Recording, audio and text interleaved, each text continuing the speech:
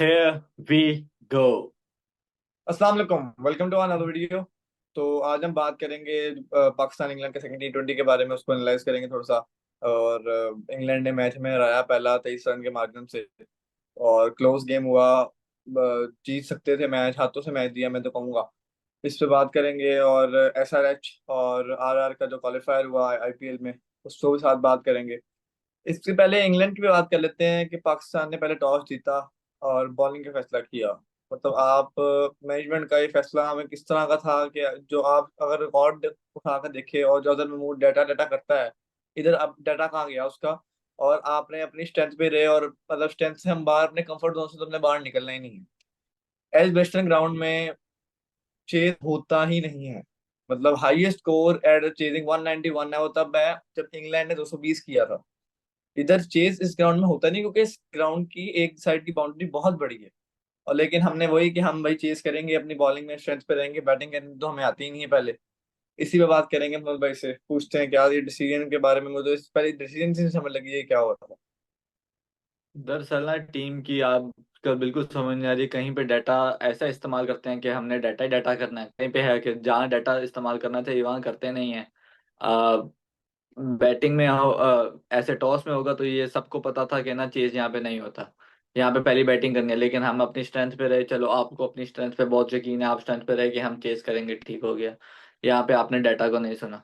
फिर जब आप फील्ड में जाते हो तो आप ऐसे डाटा को सुनते हो कि जब राइट ही आएगा ना तो हम इफ्तिखार को बॉल नहीं कराएंगे, तब हम साइम को बॉल नहीं कराएंगे, तब हम अपने वही 5 बॉलर इस्तेमाल करते रहेंगे कि हमने बॉल अवे लेके जानी है राइट हैंड।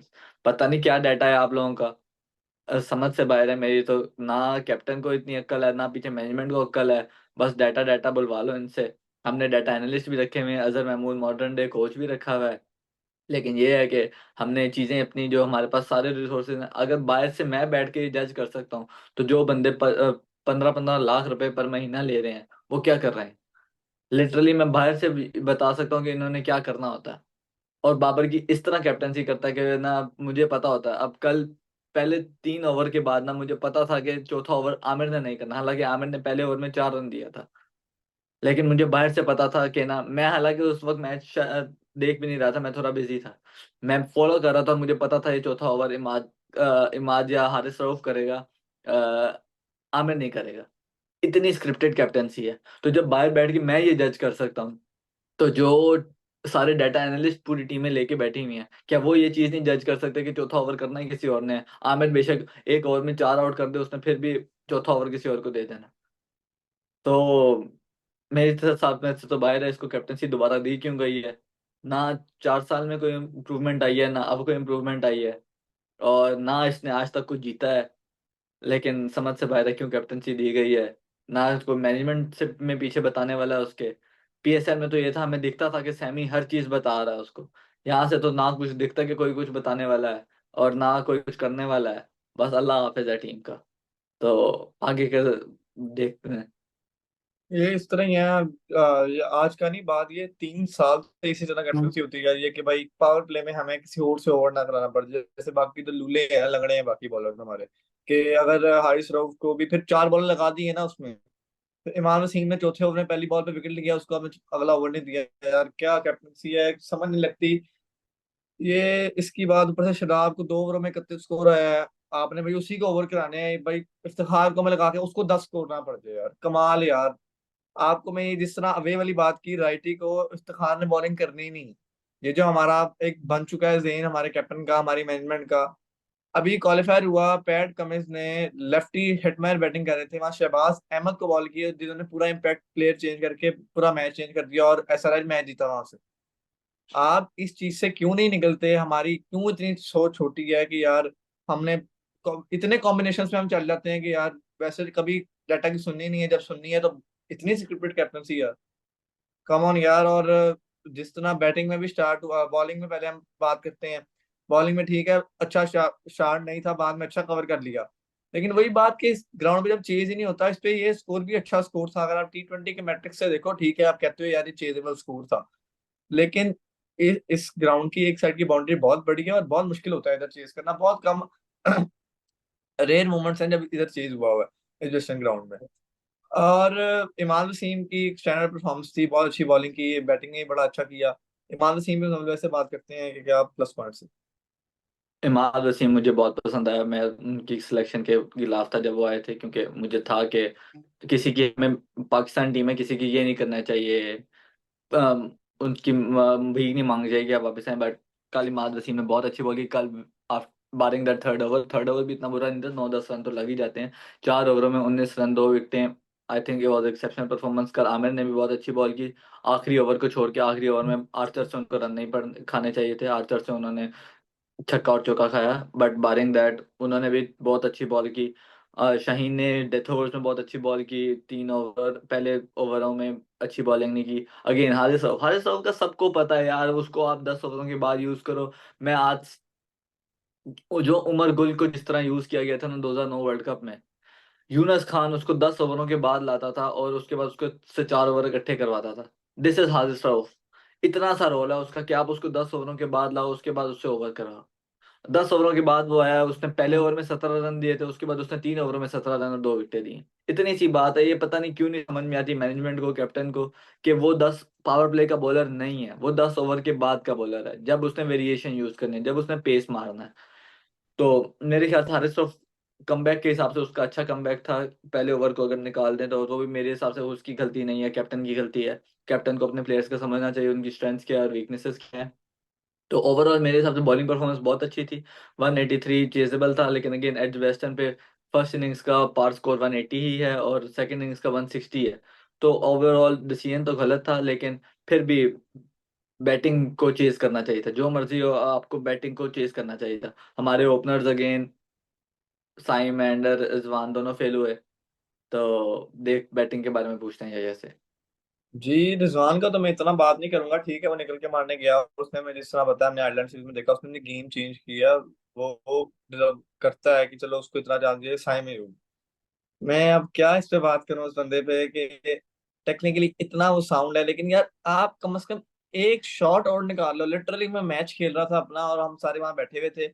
मैंने उनको कहा है कि इसने आउट होना है तो उसने स्क्वायर लेग पे कैच होना है। और ये मैं पिछले 6 मैचों से लिटरली, ये कसम वाली बात है कि मैं जहां भी बैठा होता ना, जो मुझे कहता है आज सही जो स्कोर करेगा, मैं कहा देख लेना इसने स्क्वायर लेग पे ही कैच होना है। और वही यार, ये क्या है यार, ये आप कम से कम नहीं पूरी शॉट बची तो नीचे मार ले, ग्राउंडेड खेल ले उसको। वो 9 लोग यार, बढ़ गया 9 लोग यार, लेके जाना है हमने 9 लोग को यार। लिटरली मुझे हंसी आ रही है अब यार उसके बारे में बात करते हैं। मजाक वाली बात है वो। इतना तो टेक्निकली साउंड बंदा है, उसकी टेक्निक तेरे पास इतनी है, तो उसको रोलिंग शॉट खेल ले। तू ना मार यार, एक चौका मार ले। दो फील्डर होते हैं बैकवर्ड स्क्वायर लेग पे, आप दो फील्डर ले दो, स्क्वायर लेग और फाइन लेग, उनके बीच में मार ले, उनके बीच में नहीं लग रही तो वहां पे सिंगल ले यार। तो ऑफ पे ऊपर से मार ले। नहीं, मैंने भाई कैच ही होना है वहां पे। पता नहीं यार, समझ नहीं लगती मुझे तो। जो न्यूजीलैंड का भी लेफ्ट हैंडेड था, लेफ्ट आर्म बॉलर था, मुझे नाम याद नहीं आ रहा उसका, वो भी स्क्वायर लेग पे कैच, स्क्वायर लेग पे कैच यार। बाबर आजम ने जोफ्रा आर्चर का कमबैक पहला ओवर तो बड़ा अच्छा खेला, उस पर काउंटर अटैक किया, लेकिन फिर वही हम डर गए। पता नहीं कौन लग गया अभी बॉलर, पता नहीं क्या कर देना उसने। लिटरली उसने 2 ओवरों में ना, जो दूसरा और तीसरा ओवर किया उसने, 10 बॉलें स्लो बॉल की हैं और 2 पेस सीम अप किए हैं बॉल। सारे वो कटर कर रहा है और नहीं, हमने नहीं मारना उसको कि हम भाई क्या आउट रन। फखर जमान शहर हमसे बहुत अच्छा खेला और बिल्कुल प्रेशर में रहा। जो वो इंटेंट की बात कर रहा था उसने वो दिखाया, लेकिन अपने गलत मोमेंट पे कैच दे के आउट हुआ। और ये चेजेबल स्कोर था। जो मैं बात करूं, एट द एंड ऑफ जो इनिंग्स था ना, इमाद वसीम ने नीचे आके बड़ा अच्छा खेला, लेकिन वहां पे इफ्तिखार की वजह से मैच लॉस किया हमने। बिल्कुल मैच बन गया था, एक ओवर में 17 स्कोर आया हुआ है। बेतुकी शॉट, शॉट का कोई मकसद नहीं था। अगर आपके पास ये होता ना कि पीछे इमाद वसीम या एक भी बैट्समैन होता, मैं कहता शादाब या इमाद भी होता ना, तो मैं कहता ठीक है यार, आपके आंख में बॉल से आप मारते। लेकिन आपको 2 बॉलों पे, आप पिछली 2 बॉलों में 10 स्कोर ले चुके हो। जरूरत नहीं थी वहां पे 25 बॉलों में 44 रन। चेजेबल स्कोर था उस पिच पे, होता था स्कोर। लेकिन बात करते हैं वैसे कि क्या गलतियां थी, और बाबर आजम की भी बात करते हैं। खैर, बाबर आजम का वही मसला है कि मेजर जैसे पावर प्ले खत्म होता है उनको पता नहीं क्या होता है, ना हिटर लगती है ना कुछ होता है। सिंगल भी लेना छोड़ देते हैं अब। 21 बॉल 31 था जब उन्होंने ना, मेरे ख्याल से पावर प्ले खत्म हुआ कि पावर प्ले के बिल्कुल बाद, और उसके बाद जब वो आउट हुए तो 26 बॉल 32, तो 5 बॉलों पे 1 रन किया। जब आप प्रेशर बिल्ट होता है तो फिर आप आउट होते हो। और वो आउट भी किस पे हुए हैं, स्वीप पे, जो वो खेलते नहीं है। तो जब आप से स्कोर नहीं हो रहा होता, जब आप अपने आप को प्रेशर लेते हो, तो फिर आप कुछ ऐसा करने जाते हो जो आप इतने कंफर्टेबल नहीं हो, और फिर उस चक्कर में आप आउट हो जाते हो। तो ऐसे ही है। क्या कह सकते हैं इसके, तो कोई ऐसा कुछ नहीं कह सकते। अगेन शादाब खान पहले बॉलिंग में इतना बुरा किया, फिर बैटिंग में भी कुछ नहीं कर पाया, और बाद में कहेंगे मुझे ऊपर खिलाओ, मुझे ऊपर खिलाओ। मैं तो कहीं भी खेलने को तैयार हूँ, तो जब जरूरत होती है तो शादाब खान अगेन फेल्स। तो बस मेरे हिसाब से सिर्फ जमान ने और जिमाद ने बहुत अच्छा खेला। इफ्तिखार की बहुत अच्छी इनिंग्स हो सकती थी, वो मूड में लग रहे थे। 25 बॉल्स पे 44 रन चाहिए था हमें, वहां से हमें मेरे हिसाब से जीतना चाहिए था। बट अगेन पीछे विकेट्स नहीं थी, तो इफ्तिखार जैसे आउट हुआ तो we faulted. But let's see आगे की तरफ again. But at this moment मैं कमेंट करूंगा बटलर की कैप्टनसी, बिकॉज एक तरफ हम बाबर आजम की कैप्टनसी देखते हैं, दूसरी तरफ हम बटलर की कैप्टनसी देखते हैं, और जमीन आसमान का फर्क है। किसी भी दिन ऐसे नहीं होगा कि आप स्ट्राइक बॉलर आपका बाबर आजम अगर कैप्टन करा हो, आदिल रशीद के वो पूरे ओवर ना कराए। आदिल रशीद ने कल 3 ओवर करवाए, और 1 ओवर उसका लिविंगस्टन ने करवाया। अगर शदाब खान होता ना, और शदाब खान की यही फिगर्स होती, तो मैं दावे के साथ कह सकता हूँ कि बाबर आजम देखता कि मैं उसको किधर इस्तेमाल कर सकता हूँ, मैं उसको चौथा ओवर कहाँ से निकलवा लूं। लेकिन उसने चौथा ओवर नहीं देखा, उसको ओवर नहीं पूरे करवाने अपने बॉलरों के। उसने कोई उसको अपने बॉलरों को ये नहीं बोला मैं तेरे 4 ओवर करवाऊंगा। उन उसको है मैच जीतना। उसने मैच जीतने के हिसाब से वो टैक्टिक्स हैं उसकी। उसने उसको ये पता कि मैंने मैच जीतना है, और मैंने मैच किस तरह जीतना है। हमारे कैप्टन की तरह नहीं है कि बस मैंने हर मेरे पास 5 ही बॉलर है और मैं उनको इस्तेमाल करूंगा जिधर मर्जी इस्तेमाल हो जाए। तो Butler again very good captaincy. Butler की इनिंग्स बहुत अच्छी थी, ये उन्होंने 80 ऑड रन मारे, मेरे हिसाब से उन्होंने बहुत अच्छी इनिंग्स खेली। विल जैक्स, बेयरस्टो, सबके कैमियोज थे। T20 में यही होता है, सारे आपके इर्द गिर्द कैमियोज खेले और एक बड़ी इनिंग्स लग जाए तो आपका 180-200 स्कोर हो जाता है। तो आई थिंक इंग्लैंड ने बहुत अच्छा खेला। स्टिल आई थिंक पाकिस्तान हरा सकती थी, और इंग्लैंड अभी भी मेरे हिसाब से अपने फुल पोटेंशियल पे नहीं खेला। अगर फुल पोटेंशियल पे खेलता तो उनकी टीम 200 250 वाली है। तो आगे हमें ये पता चल जाएगा कार्डिफ में कि क्या होता है। तो लेट्स होप के सीरीज पाकिस्तान ड्रॉ कर ले, ताकि आखिरी मैच में मजा आए। जी इस तरह यहाँ जिस तरह आपने बटलर कैप्टन की बात की, उसने देखा कि आदिल रशीद को मैंने बहुत कम देखा है कि वो अराउंड द विकेट आके बॉल करें। और हमने जिस तरह हम जानते हैं कि फखर जमान जिस निक में अपने जब होते हैं तो उनको टांग वाली बॉल पे उस स्पिनर को, लेग स्पिनर को खासतौर पे नहीं छोड़ते। तो उसने ये देखा कि मैं उसको आर्क से जब बाहर फखर जमान को बॉल करती है तो उसको मुश्किल होता है मारना। उसने वो देखा कि मेरा कौन सा बॉलर उसको आर्क से बाहर कर सकता है। वो लिविंगस्टन को लेके आए और बिल्कुल बाहर बॉलिंग की उसने, और एक बॉल छक्का लगा भी। उसने थोड़ा सा और बाहर किया, वो मिसहट हुई और वो कैच हो गया। लेकिन मैं फखर जमान को फिर भी ये नहीं कहूंगा, क्योंकि वहां पे 7 ओवरों में 83 रन चाहिए थे। वहां पे मुझे समझ भी लगती है कि ठीक है यार, प्रेशर बिल्ट हो रहा था वहां पे। इफ्तिखार की विकेट बिल्कुल यूजलेस थी। आपके ओवर में स्कोर आ गया, 4 में 40 होता है, इजी होता है आजकल T20 क्रिकेट में तो। और ये माथ का भी बैट बॉल लग रहा था, मुश्किल नहीं था। लेकिन ठीक है, फिर भी मैं एक और बड़ा मेंशन करूंगा, क्रिस जॉर्डन। बहुत अच्छी बॉलिंग की उन्होंने, फील्डिंग, बॉलिंग, और जोफ्रा आर्चर के जो आखिरी ओवर किए उन्होंने, बेहतरीन बॉलिंग, डच बॉलिंग की है उन्होंने। और हमारी डच बॉलिंग भी बहुत अच्छी थी। आपने कहा कि वो फुल पोटेंशियल पे नहीं खेली, मैं कहूंगा कि हमारी बॉलिंग, हमने बॉलिंग भी बहुत अच्छी की। जो मेरे से अगर पूछोगे, लेकिन वही फिर बात करेंगे कि होता था चीज। लेकिन फिर वही, क्या कह सकते हैं, पाकिस्तान टीम को let's hope for the best कि अगला T20 जीते। और मैं कहूंगा प्लीज, अगर टॉस हार बटलर भाई, ये बॉलिंग ले लो आप। हमें प्लीज आप खुद ही बैटिंग करा दो, हमने बैटिंग नहीं करनी। ये हमारा है, हम नहीं कर सकते बैटिंग, आप हमें बैटिंग करा दें, मैं आपसे विनती करता हूँ भाई। आप टॉस हमें हरा, आप जीत के खुद बॉलिंग कर लो और हम बैटिंग करा दो। जी बस अब होप फॉर द बेस्ट, और देखते हैं कि पाकिस्तान, अल्लाह करे कि अगले T20 जीते, कि फाइनल T20 वर्ल्ड भाई देखने जा रहे हैं ओवल में। और अल्लाह करे कि वो मजे का मैच हो, डेड रबर ना हो, और देखने में मजा आए। और प्लीज हमारी बैटिंग दे देना हमें पहले, और या बैटिंग ले लेना। अगर कोई भी सुन रहा है मेरी बात तो प्लीज बैटिंग लेके मुझे इंटेंट दिखा दो। भाई हम 200 करके आप हार जाओ, मैं कहूंगा ठीक है यार, आप हार गए, ठीक है, बॉलिंग हमारी फिर कुछ कर लेंगे, 200 पहले कर लो। और बस छोड़ो यार, अब क्या बात करें। Let's hope for the best. और वर्ल्ड कप अब बिल्कुल वीक अवे है वर्ल्ड कप। और यूएसए जिस तरह फॉर्म में है, और वहाँ पे वेस्ट इंडीज ने साउथ अफ्रीका को पकड़ रखा है, और यहाँ पे यूएसए ने बांग्लादेश को नहीं हिलने दे रही, वहाँ पे वेस्ट इंडीज ने दोनों मैच साउथ अफ्रीका को हरा दिए हैं।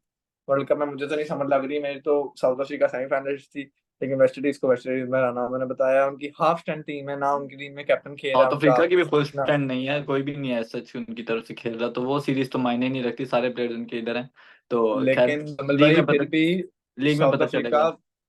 लीग में बात पता आपकी सही है। उनके बॉलर्स ही नहीं, आप उनकी बॉलर, साउथ अफ्रीका के बॉलर्स बहुत खराब हैं। सिर्फ ओपनर्स उनके अच्छे हैं, रीजा हेंड्रिक्स और क्विंटन डिकॉक, कल मैंने स्कोर कार्ड देखा।